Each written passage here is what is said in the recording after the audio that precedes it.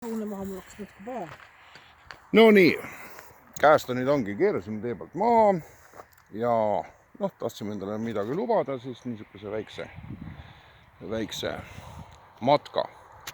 Ja siin suur, tõenäoliselt siis omaaegne veehoidla, päris arvestatavalt kõrge. Ja meie tuleme siis seega, tahtsime seda põldu seal vaadata ja kõik, niisugune põnev, eks ju, väike niisugune värk, eks ju. Ja Karri siis vantsis järgi ja nüüd vaatame ja palun, siin ta nüüd on siis. Mis valemiga me ta siit kätte saame? No see saab olema nüüd... Lamba pealuu näed. See saab nüüd trikk olema. Ja vaat näed, seal on lamba pealuu, eks mingi lammas on siin alla kukkunud ja tast on nüüd ainult pealuu järgi. Ja me, ilmselt tal õnnestus sinna alla kukkuda nüüd. Vaata siia, Kasparovits. Seda, et tibiilikult me teame nagu nii, eks ju.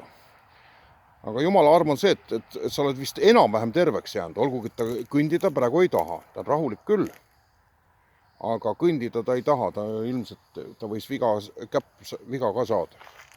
No kuidas me ta kätte saame? Nüüd hakkame siis mõtlema. Olen natuke maha rahunenud. Ja, aga sebimist saab nüüd olema päris korralik. Vaat nii, tahtsime sinna taamal minna seda mahajätud maja vaatama ja vaat niimoodi tabavad seiklused.